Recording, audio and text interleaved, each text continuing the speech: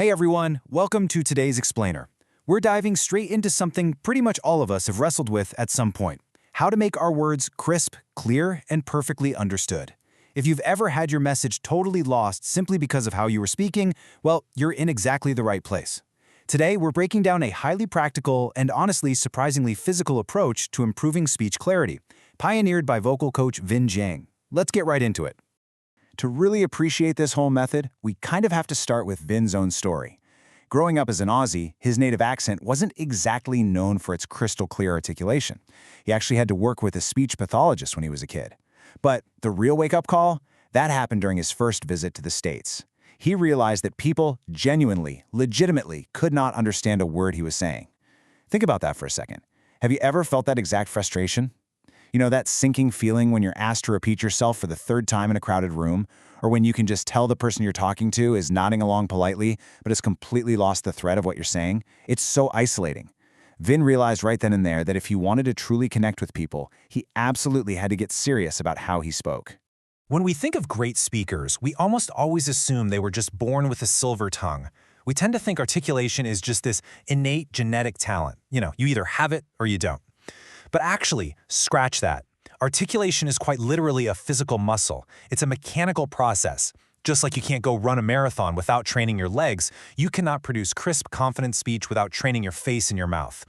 We really have to shift our mindset away from passive speaking, where we're just letting the words fall out of our mouths, and move toward active, intentional, physical movement. Which brings us to the absolute foundational trick for sounding articulate: exaggerate your mouth movements.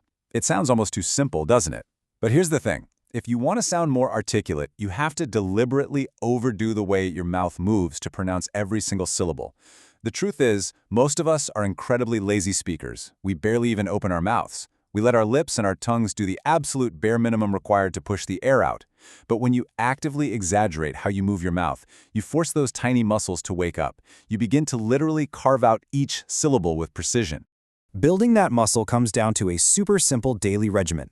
Step 1, grab a book. Step 2, read it out loud for just 5 minutes a day. And Step 3, overpronounce every single word. Try this out loud with me right now. As you're listening, heavily, almost theatrically, exaggerate your syllables. Really stretch out your mouth. Move your jaw. Use your lips. You aren't trying to fake a fancy British accent or sound like a Shakespeare actor here. You are simply taking your facial muscles to the gym.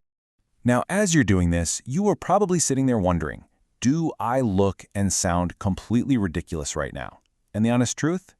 Yeah, you probably do. It feels totally strange and incredibly unnatural, but that's because you are actively breaking decades of lazy speaking habits.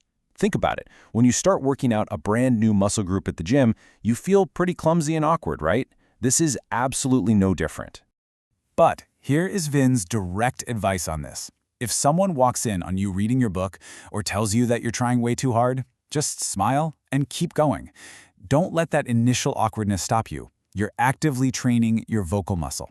Articulation is a skill, and like absolutely any other skill on the planet, it only improves with deliberate, consistent practice.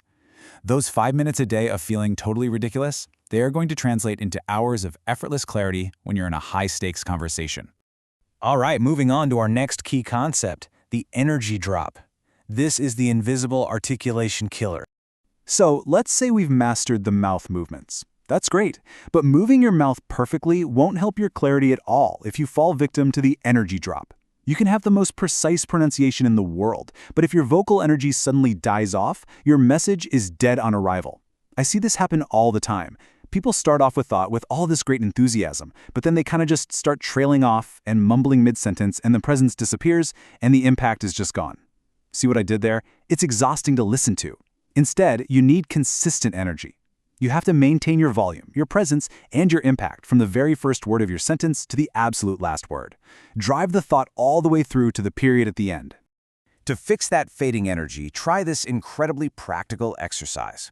Just count to 10. But here's the catch. You have to count out loud from 1 to 10 with the exact same level of energy on every single number. Let's literally do it together right now. Ready? 1, 2, 3, 4, 5, 6, 7, 8, 9, 10. Notice how you had to consciously push to keep numbers 8, 9, and 10 as punchy as 1, 2, and 3? That right there is vocal control. You're training yourself not to fade out at the end of a thought. Okay, next up, escaping the nose. We are reframing nasality. Listen, so many people absolutely hate the sound of their own voice on audio or video recordings. They listen back and immediately cringe because they think they sound incredibly nasal, like their voice is constantly pinched. It is a massive confidence killer. You probably think it's a trapped voice or just bad genetics, and that you're just stuck with it forever. But in reality, nasality is almost entirely a symptom of lazy articulation and a lack of vocal energy. That annoying nasal tone isn't some permanent curse. The sound is quite literally getting trapped in your nose because you aren't giving it the energy to escape your mouth. The solution for this is actually incredibly straightforward. Energize your speech and project from your chest. Now, a quick warning. You do not need to try and fake some deep, booming radio announcer voice. Please don't do that. It just sounds unnatural. You just need to project the words you already have with real intention and chest resonance. When you combine that extra push of energy from your chest with a nice open mouth and active lips, that pinched nasal tone, it will naturally vanish entirely on its own. Let's bring all of this together for your key takeaways. First off, remember that articulation is a physical skill, not some genetic gift. Second, train your facial muscles daily with that simple 5-minute book reading exercise. Third, actively pronounce every single syllable. Seriously, don't be afraid to exaggerate.